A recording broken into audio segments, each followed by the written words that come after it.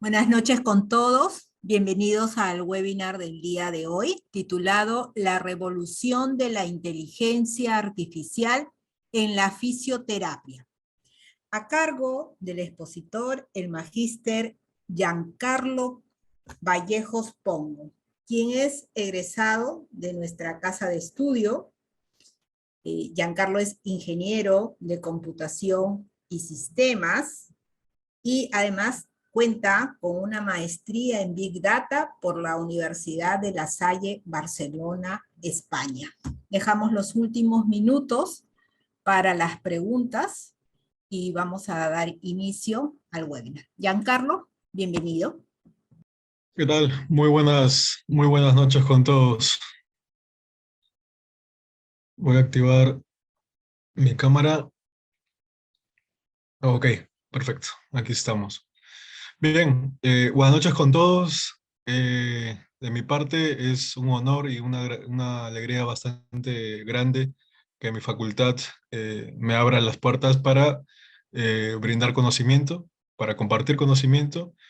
Característica bastante importante ahora en plena era de de la digitalización y bueno, en lo que el tema que vamos a tocar el día de hoy es un tema que a mí me agrada muchísimo, es de interés en todas las empresas.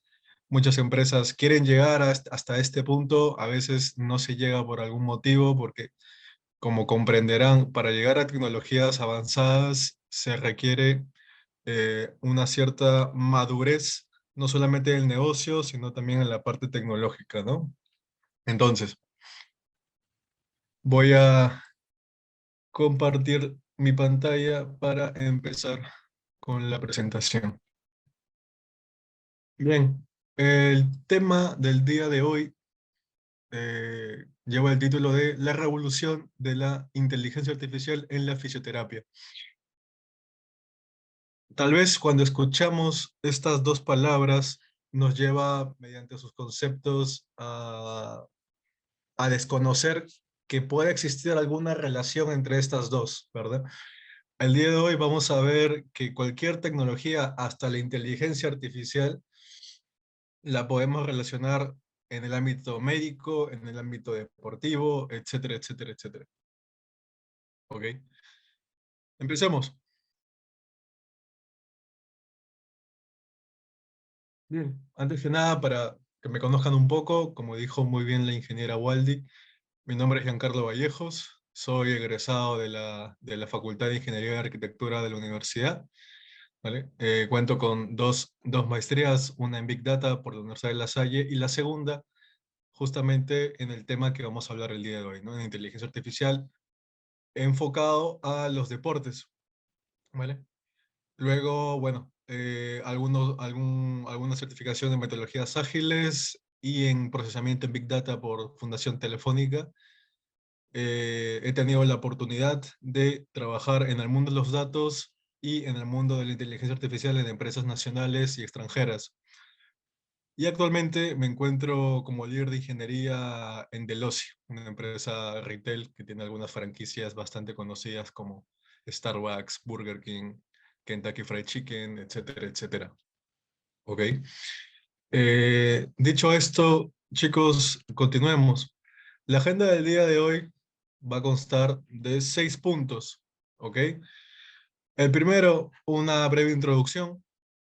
Luego hablaremos un poco de la actualidad de la inteligencia artificial en la fisioterapia para que vean que no es algo que me esté inventando yo, que sea un erudito y que haya creado, ¿no? Ya hay gente que está estudiando, está elaborando papers de investigación más a fondos en el tema. Hablaremos un poco muy por encima de algunos conceptos para no enredarnos mucho.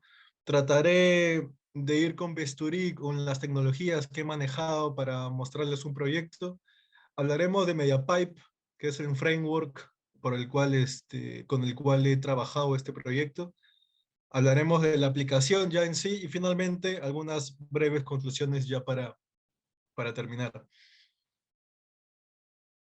Entonces, empecemos por el primer punto. Actualmente, la IA está evolucionando con el pasar de los minutos, ¿ok? Generalmente a veces cuando hemos visto películas y vemos robots, vemos números que se aumentan, números que se reducen en pantallas complicadas, pareciera que fuera una tecnología bastante compleja, ¿no? Incluso cuando vemos todo lo que tiene un celular, reconocimiento facial, reconocimiento de huella dactilar, creemos que es una tecnología, son conceptos muy lejanos, cuando hasta el día de hoy ya son tecnologías que están al alcance de todos, ¿ok? Entonces, vamos a ver cómo se van a unir estos dos mundos, tanto de la fisioterapia, por el lado deportivo, y la inteligencia artificial, de una manera sencilla, mediante un modelo bastante demandado actualmente, como lo es Pose Estimation, estimación de la pose. ¿Ok? A la mano derecha podemos ver un GIF que muestra a una persona que está levantando su pierna derecha y algunos vectores que marcan las articulaciones de los cuerpos, como una pequeña, como un pequeño adelanto de lo que vamos a ver más adelante. ¿Qué está pasando en la actualidad? Como pueden ver, Google está en pleno desarrollo de entrenadores virtuales basados en este algoritmo de Pose Estimation, ¿vale? Como la imagen referente en la parte inferior, en la cual se puede ver a una mujer con intenciones de hacer planchas y un contador en la esquina superior derecha que va contando las repeticiones, ¿vale? No solamente eso, hay un pequeño diagrama, un pequeño gráfico que puede demostrar tal vez la parte de rendimiento cardíaco o el ritmo del ejercicio, ¿ok? Y luego en Ecuador, un país bastante cercano, un país vecino que nosotros tenemos, actualmente cuenta con una clínica que se llama Lesiones Deportivas, en la cual ha incorporado un sistema de inteligencia artificial en todos sus procesos de rehabilitación, ¿vale? Entonces, veamos que no solamente Google, que tal vez es un poco más lejos como referente de la IA, Ecuador, que es un país vecino, ya está desarrollando este tipo de soluciones, ¿vale? Entonces, en el Perú existe una gran problemática en que los especialistas en fisioterapia no cuentan, lastimosamente, con dicha herramienta tecnológica, dicha herramienta para poder realizar una evaluación biomecánica de movimientos y una terapia mucho más acertada. Si nosotros hemos tenido la oportunidad de ir a una sesión de fisioterapia, se pueden dar cuenta que el especialista va a evaluar el cuerpo, ¿no? Va a evaluar si tienes algún dolor, va a ver si en cierto movimiento no puedes extender totalmente el brazo, no puedes extender totalmente la pierna, no puedes extender totalmente los dedos de las manos, etcétera, etcétera, etcétera. ¿Vale?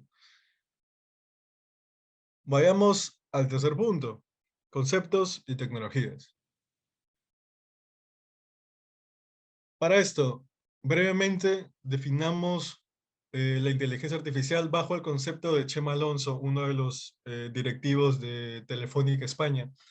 Él dice que la IA es una rama de las ciencias de la computación que se ocupa de construir máquinas inteligentes, capaces de realizar tareas que normalmente requieren de inteligencia humana.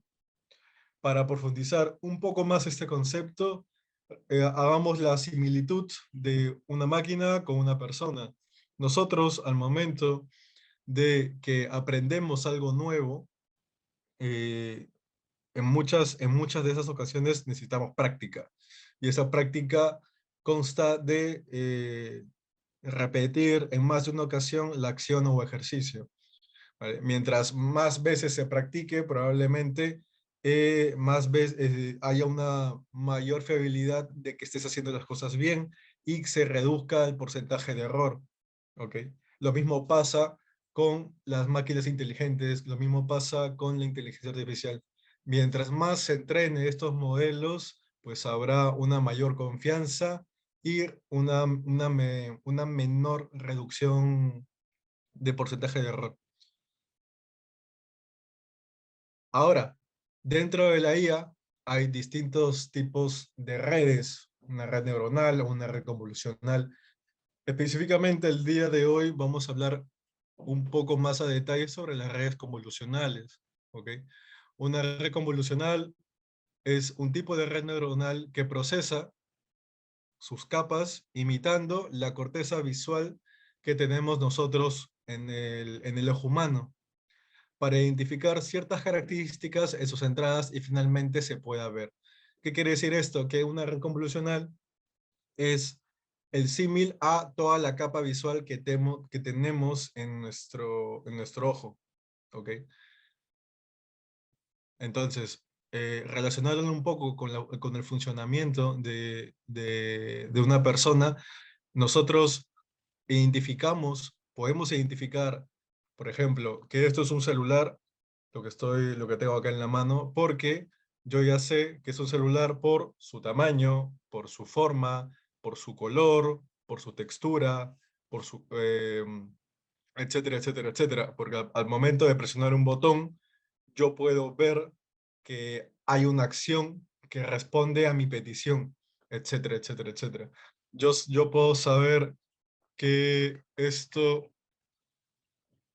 perdón, esto es un headphone por justamente las mismas características, las mismas features, por su peso, por su color, por su forma, etcétera, etcétera, etcétera.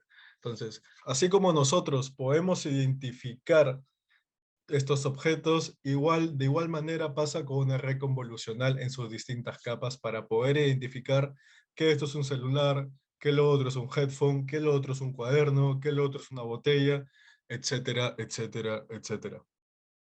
¿Ok?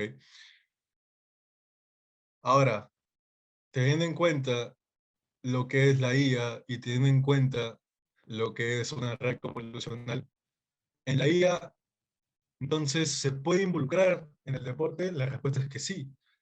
Y aquí les pongo dos pequeños ejemplos, ¿no? En la primera imagen vemos a tres personas haciendo una actividad física, dos de estiramiento y una de pelea, en la cual se pueden ver a lo que yo llamo vectores de cuerpo, o lo que por concepto se llama landmarks, ¿ok? Si pueden ver, cada landmark conecta con cada articulación de los cuerpos e incluso identifica tanto la vista, tanto las orejas y tanto la nariz. ¿Ok?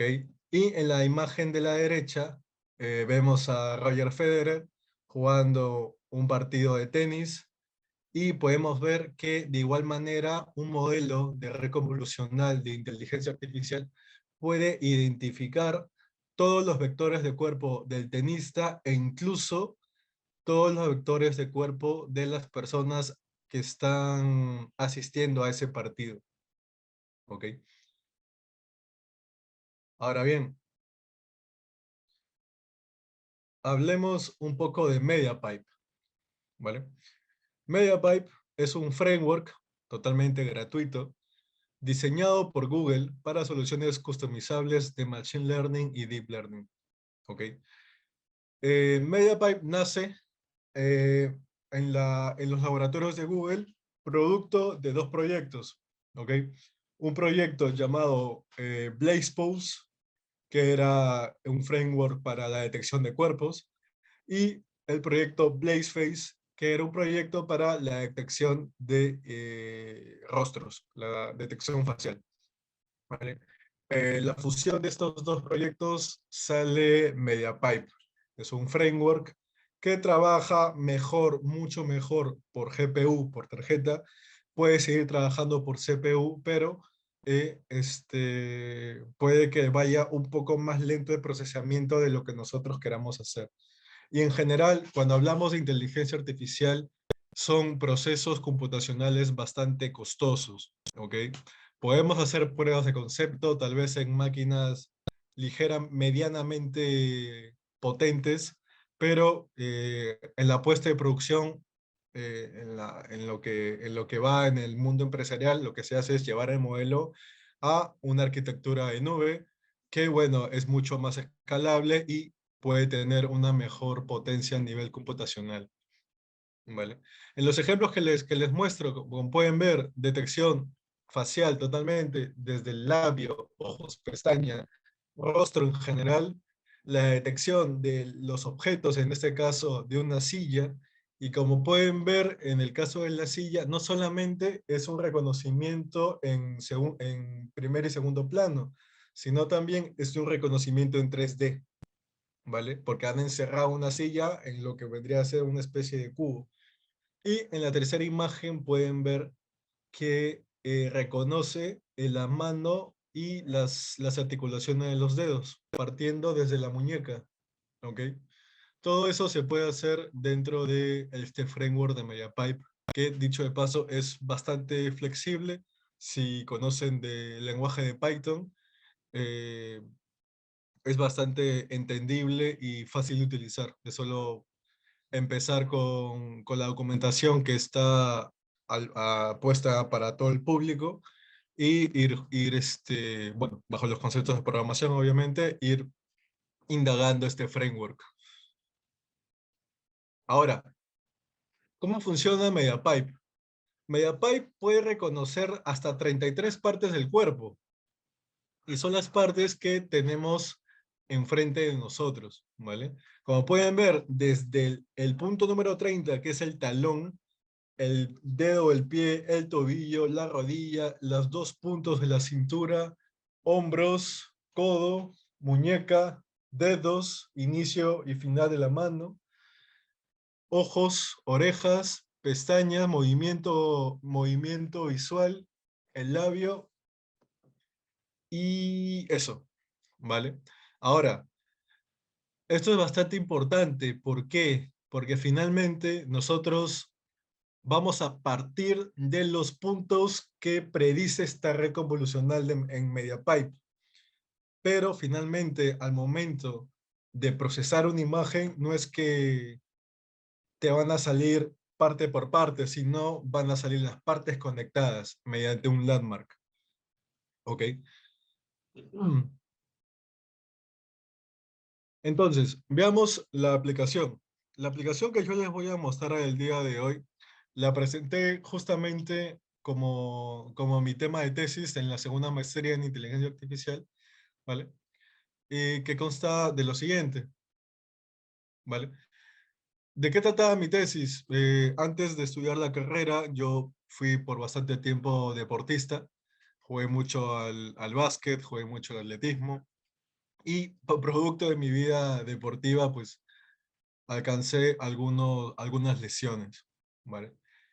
Y vi una oportunidad de, de incursionar en este mundo, relacionando la inteligencia artificial para que me ayude de cierta manera a mis terapias, por las cuales iba 2, 3 veces por semana, ¿ok? Entonces, lo que les voy a mostrar es lo siguiente, un modelo de inteligencia artificial que detecte en primera instancia el cuerpo de la persona. Una vez que detecte el cuerpo de la persona, lo que va a hacer es encontrar el movimiento de la persona, lo va a capturar y una vez que captura el movimiento, va a calcular el ángulo de movimiento. O sea, que si yo hago esto, me va a calcular este ángulo de movimiento. ¿Ok? Para eso, los hice en 2 pasos grandes y como que en 5 pasos pequeños, que voy a pasar a explicar. En primer lugar, procesamiento de imágenes, ¿vale? Para que el modelo pueda tener una mayor fiabilidad, una mayor confianza al momento de predecir los puntos del cuerpo, se necesita una buena calidad de imagen y por eso se procesa la imagen en formato RGB, ¿ok? Luego desarrollé tres métodos. El primero, el que les comento, encontrar cuerpo. El segundo, encontrar posición. Y el tercero, calcular el ángulo. Para encontrar el cuerpo, como pueden ver, ya los landmarks detectan el cuerpo y comienzan a pintar los vectores de cuerpo, ¿vale?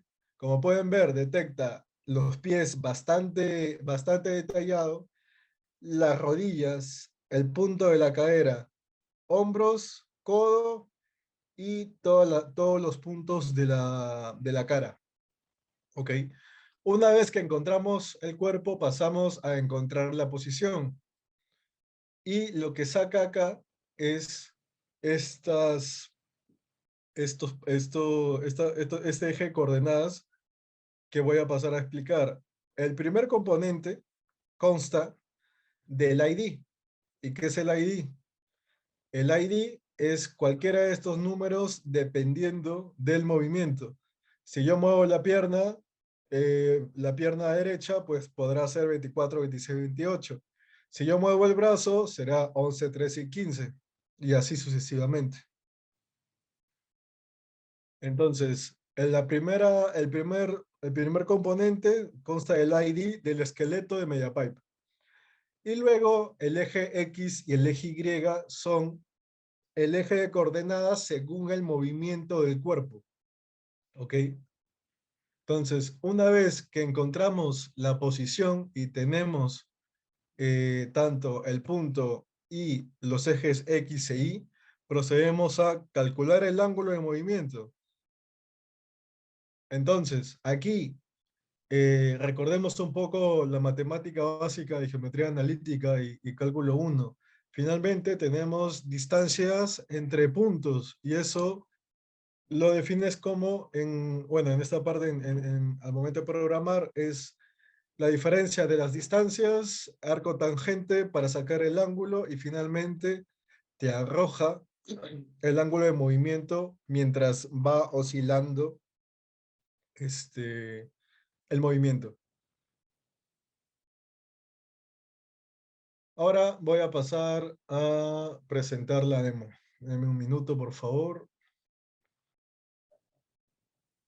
Listo. Ahí vuelvo a compartir.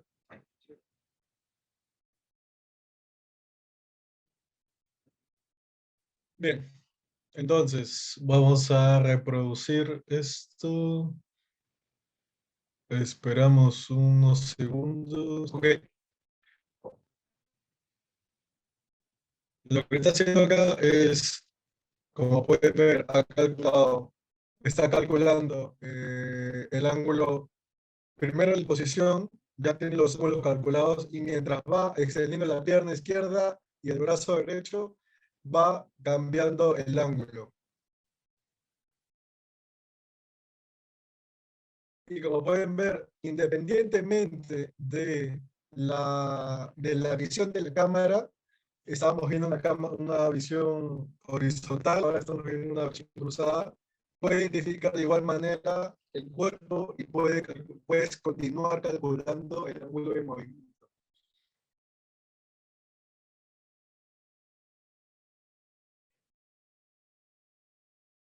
Esto es bastante útil, como pueden ver, para todos los terapeutas, porque aquí pueden ver en qué parte también el cuerpo está llevando mucho más esfuerzo. A veces, porque somos seres humanos, tenemos más fortalecido el lado izquierdo que el lado derecho o viceversa.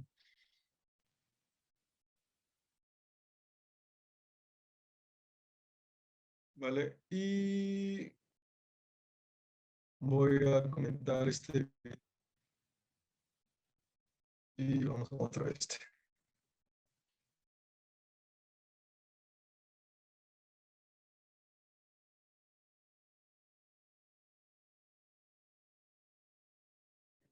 Vale, este es el video que les estaba mostrando en la presentación. De igual manera,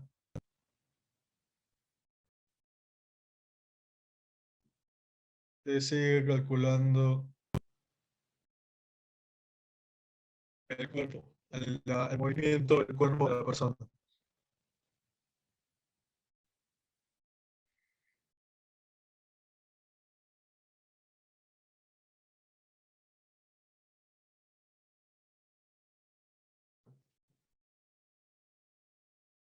Vale. Un dato bastante interesante. Acá, como pueden ver en la consola, se está representando lo que les he dicho. El ID del esqueleto de MediaPipe y los puntos de los ejes de coordenadas. Y finalmente te imprime ángulo de movimiento de la pierna derecha, ángulo de movimiento de la pierna izquierda, ángulo de movimiento de brazo derecho, ángulo de movimiento de brazo izquierdo. Y así por todos los movimientos. Cada nueva captura es un nuevo movimiento.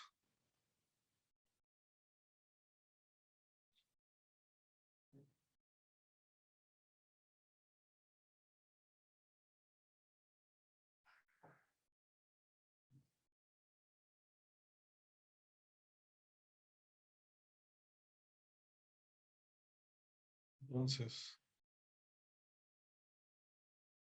continuando con la presentación. Algunas conclusiones breves. Mediante MediaPipe, el framework de Google, hemos podido reconocer distintos cuerpos y a partir de ahí poder sacar distintas características según el caso de uso. Ahorita lo que yo les he mostrado es calcular el ángulo de movimiento, pero también se podría calcular cuántas veces estoy haciendo este movimiento. O tal vez podríamos calcular, este, ahora, al último les mostré lo que imprimía la consola. Finalmente, eso son datos, son números. Y en el mundo de la IA podemos aplicar un modelo de Machine Learning para poder predecir una futura lesión o poder predecir también, ¿por qué no?, mejores posturas para una cierta lesión. ¿Ok? Luego, el modelo de la IA procesa videos a una velocidad bastante buena, no es tampoco tan lenta ni tampoco tan rápida, no la requerimos rápida ni la requerimos lenta, la requerimos a una velocidad normal, con una buena claridad. Es indiferente los ángulos de la cámara, lo que les comentaba mientras les reproducía el modelo, ¿no? El modelo llega a reconocer la posición y puede calcular el ángulo de movimiento indiferentemente del ángulo de la cámara. Y por último, el modelo ayuda a los especialistas, me ha ayudado a mí personalmente en mis terapias de espalda a identificar la posición correcta del cuerpo durante algún ejercicio de fisioterapia. ¿Ok? Y por una sencilla razón, estimados con todos, eh, lo que a simple vista para una persona tal vez podamos ver, un modelo como este ve más allá. Entonces, nosotros tenemos 2 ojos, pero aquí estamos hablando de un modelo que puede tener hasta 33 ojos y poder ayudar mucho más a la toma de decisiones. Por último, este proyecto, como les dije en un inicio, lo realicé como mi tesis de la segunda maestría y tuve la suerte de sacar matrícula de honor 10/10, por lo cual la publicaron en el blog de periódico Marca de España dentro de su sección de Big Data Deportivo. Como pueden ver, en Europa conocen mucho de este mundo de los datos y de la IA. Y bueno, ahí pues, luego, si gustan, les puedo compartir en el chat el link para que lo puedan leer un poquito más a detalle. Y bueno, también les recomiendo que lean este blog. Está más relacionado a todo lo que es deporte, pero con el mundo de Big Data y con el mundo de la inteligencia artificial. Y listo, eso ha sido todo por mi lado. Tienen mis datos de contacto en caso quieran tener alguna asesoría, alguna tutoría de mi parte. Y ese es el momento en el cual me quedo en silencio y si tienen alguna pregunta, encantado de poder responderlas. Muchas gracias. Muchas gracias, Giancarlo. Comunicamos a los participantes que en el chat de la sesión de hoy se Se les ha compartido el link de la encuesta. Por favor, completar sus datos de manera correcta, porque de este listado es de donde se elaborarán las constancias por la asistencia del día de hoy. Gracias. Aprovechamos como ya nos lo dijo nuestro expositor, pueden utilizar el chat para dejar sus preguntas, sus consultas, o también pueden activar su micrófono. Pueden levantar la mano para hacerlo de manera ordenada. Gracias.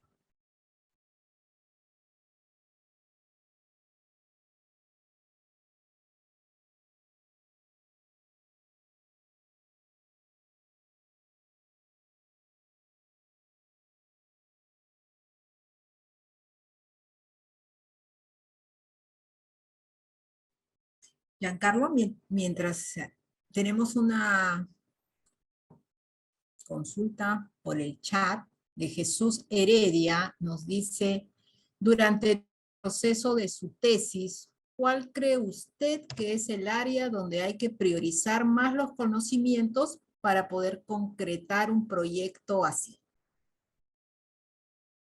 Es buena pregunta. Muy aparte del conocimiento en programación y bueno, esto que nos enseñan en la universidad, es muy, para este tipo de casos de proyectos de IA, concierne, muy aparte de conocimiento de programación, concierne un background sobre matemática y un poco de estadística también.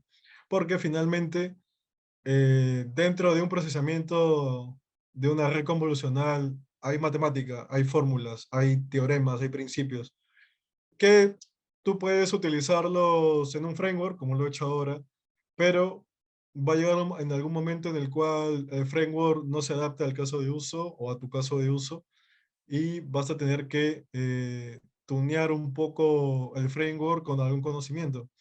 Ahora, yo les he mostrado un caso de uso de 1.000.000, en el cual sí tuve que recordar mi época de estudiante y recordar, ¿no? Distancia entre puntos, diferencia de estas distancias, marco el ángulo del arco tangente, etcétera, etcétera, etcétera, ¿no?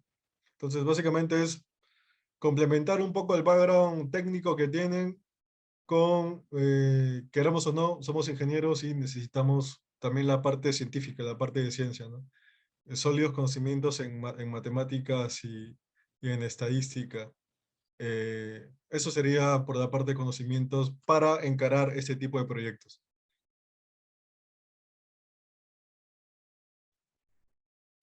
Ok, Giancarlo, tenemos otra consulta de Yomar. Nos dice, buenas noches, ingeniero Vallejos. Primero felicitarle por la presentación. Mi pregunta es la siguiente. Si vemos un gran cambio tecnológico, quería preguntarle cuál cree usted que sería el siguiente paso para mejorar este software de reconocimiento. Se escuchó entrecortado. Déjame que leo otra vez la pregunta. Ok, ok.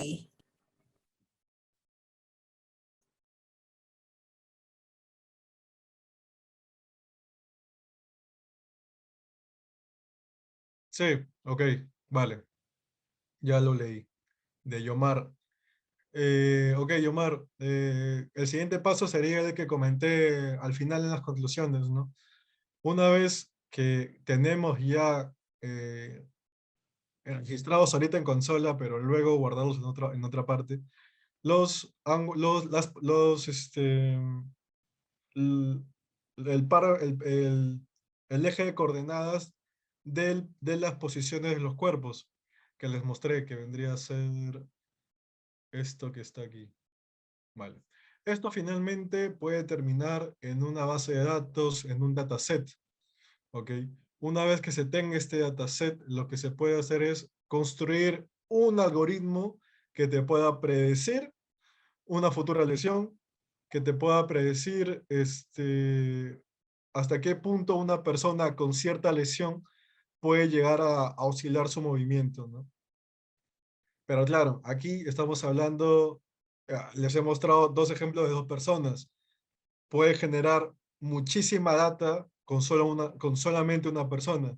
Entonces, si queremos hacer un estudio de 10 personas, probablemente ya estés manejando un gran volumen de datos y ni qué decir de una clínica que implemente este aplicativo. Entonces, aquí ya entraríamos no solamente a un mundo de IA, sino también a un tema de Big Data, ¿ok? Porque estamos tratando un gran volumen de datos y vamos a predecir ese gran volumen de datos, vamos a procesar ese gran volumen de datos para tomar alguna decisión. Entonces, para mí, ese sería el siguiente paso de cara a este aplicativo. Gracias, Giancarlo. Se me había pasado la pregunta de Elizabeth. ¿Me escuchas bien? Dice, ¿cuál considera que es el consejo más importante que les darías a todos los estudiantes de ingeniería de primer ciclo, los ingresantes? Eh, el primer consejo que les daría, eh, primero que no se desanimen con los primeros cursos que posiblemente no tengan mucho que ver con la carrera, pero esto también es un bonito ejemplo de que la matemática que nos enseñaron en primer ciclo, yo hasta el día de hoy, muchas veces en el trabajo y en este proyecto, me tocó aplicarla. Conceptos básicos de geometría analítica, conceptos básicos cuando entramos a modelos de Machine Learning, conceptos básicos de estadística, conceptos básicos de cálculo, que creíamos en algún momento no volver a ver la función de la derivada, intervalo de confianza, varianza, moda, etcétera, etcétera. Entonces, tarde o temprano, dependiendo de a qué rama queramos especializarnos, en este caso, si te vas para el mundo de la Big Data y de la inteligencia artificial, en algún momento te tocará recopilar otra vez esa información, ¿no? No será tan, tan fea, por así decirlo, como un cachimbo en primer ciclo, pero sí te aseguro que va a ser mucho más bonito haber tenido cierta referencia para poder llevar estos cursos, ¿no?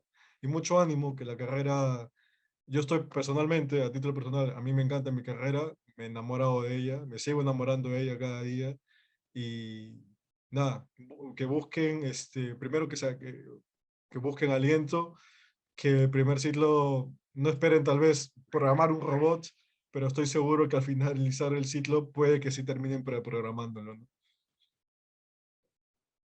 Nos dice Antonio Palomino Giancarlo, gracias por compartir tus conocimientos. Mi pregunta es, ¿cómo resolviste el tema de la evaluación biomecánica en tu proyecto?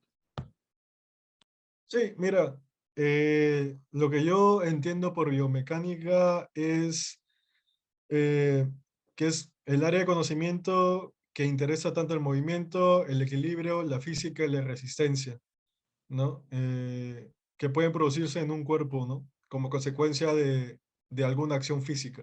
Entonces, como puedes ver, mi objetivo final era calcular el ángulo de movimiento, pero como puedes ver, en algún movimiento que ha realizado la persona, el landmark, el vector de cuerpo, también em, ha distribuido también cierta como que no estaba firme el vector, ¿no? Estaba como que temblando. Entonces, cuando yo probé esto conmigo mismo y se lo llevé a la clínica de fisioterapia que me atendía, me dijeron que, oye, eso también me sirve para evaluar esta parte de la biomecánica, ¿no?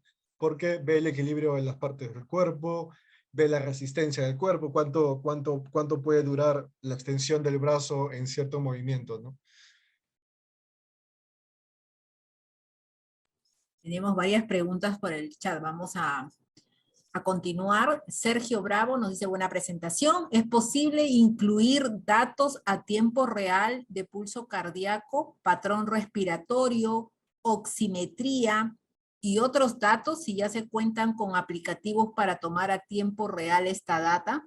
¿Cómo integrar estos datos y darle valor clínico? Sí, buena pregunta.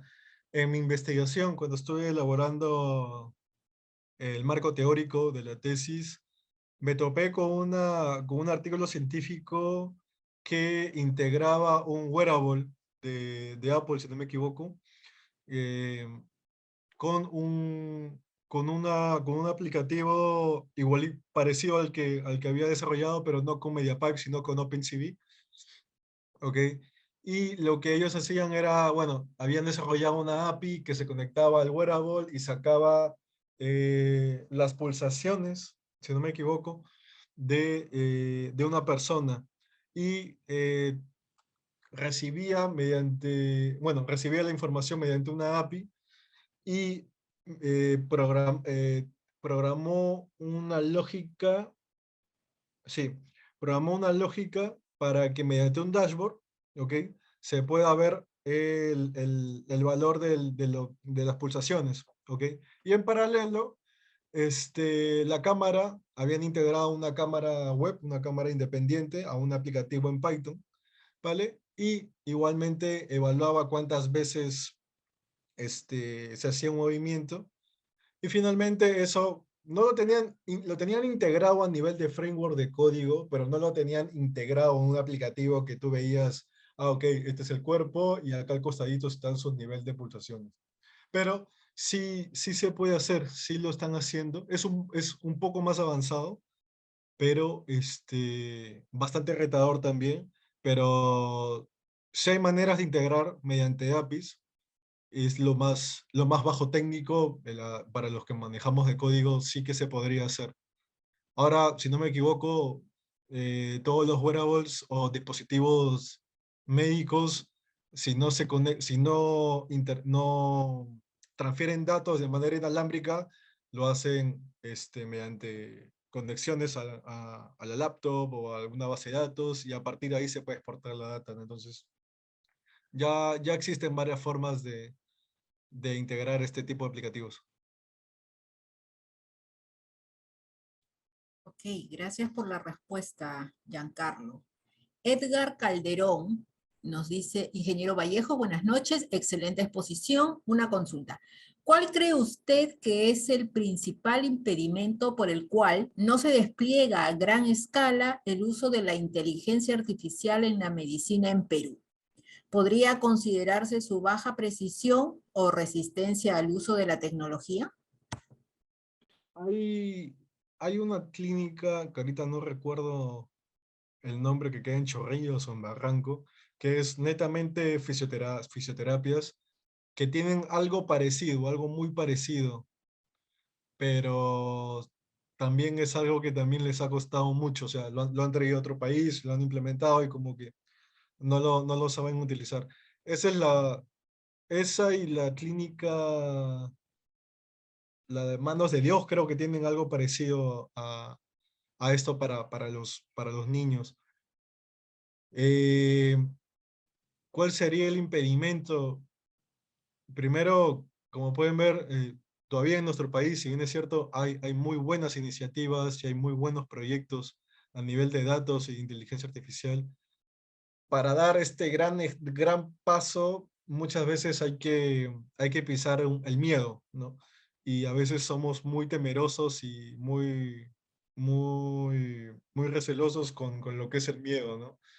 Porque finalmente este tipo de proyectos son bastante costosos.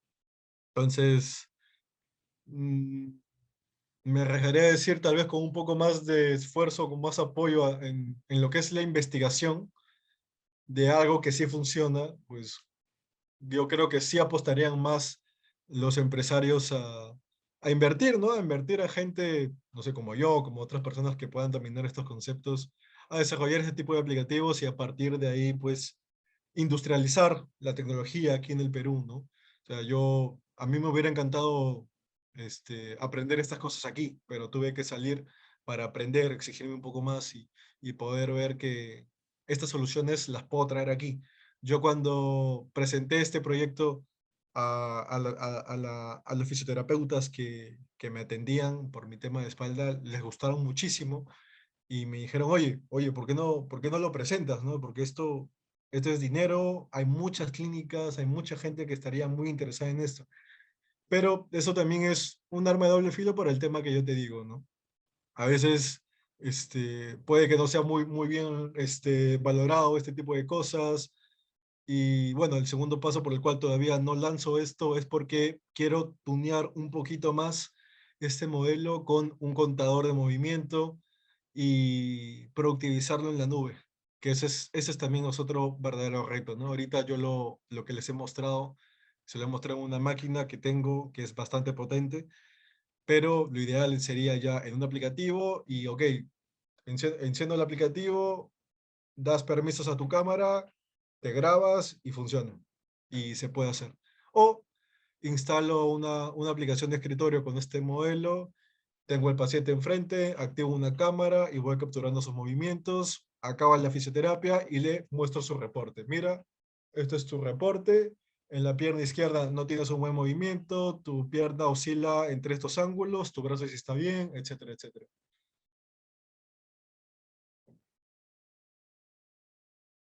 Ok, gracias Giancarlo. Angie Ortiz nos deja la siguiente consulta. Gracias por la conferencia. Mi pregunta va más a lo que comenta. Para la toma de decisiones, se supone que se necesitan distintos datos para lograr ello. ¿Qué software nos ayudaría en la integración y la toma de decisiones más acertada?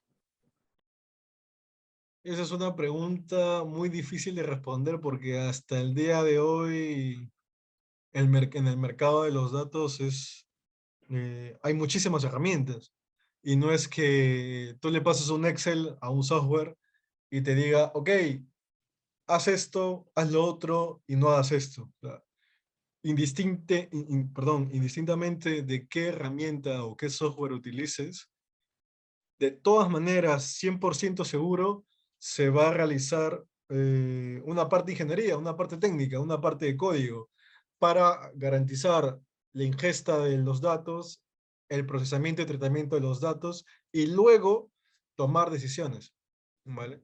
Por lo que no es tanto qué software nos ayudaría para la toma de decisiones, para la integración sí que te podría decir, hay muchos frameworks basados en Python que te ayudan a hacer un proceso de ETL bastante bueno.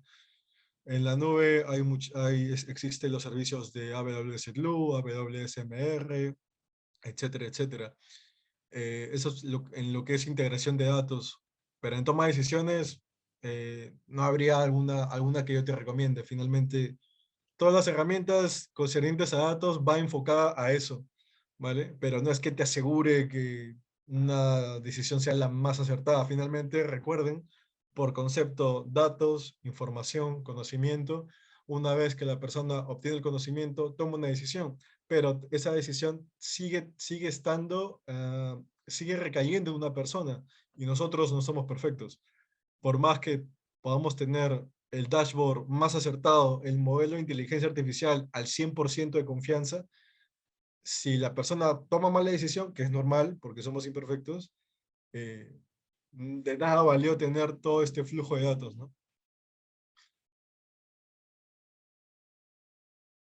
Y hemos llegado al último comentario de Sergio. Nos dice, la Clínica San Juan de Dios y el Instituto Nacional de Rehabilitación tienen laboratorios de marcha y movimiento, pero su base es fija y con sensores. Entiendo que vuestra solución es mucho más versátil y con mayor potencial de uso. Adelante. Así es, ese es el instituto que siempre se me va el nombre, el Instituto Nacional de Rehabilitación. Efectivamente, ese es el instituto que a mí me han recomendado presentar este modelo. Y sí, sí, sí, sí, es tal cual lo que menciona Sergio. Es una base fija y con sensores, ¿no? Acá, a diferencia de esta solución de la clínica y del instituto, se apoyan con estos dispositivos, ¿vale? Y de cierta manera ayuda, pero es bastante limitado. Este es un modelo, este es como que un robot que mediante su ojo está capturando los movimientos, ¿vale? Y a partir de ahí, bueno, se puede hacer, una vez que ya se detecta el cuerpo, es un abanico de soluciones que podemos encontrar. Bien, hemos terminado al final del bloque de las preguntas. Ok, vamos a finalizar.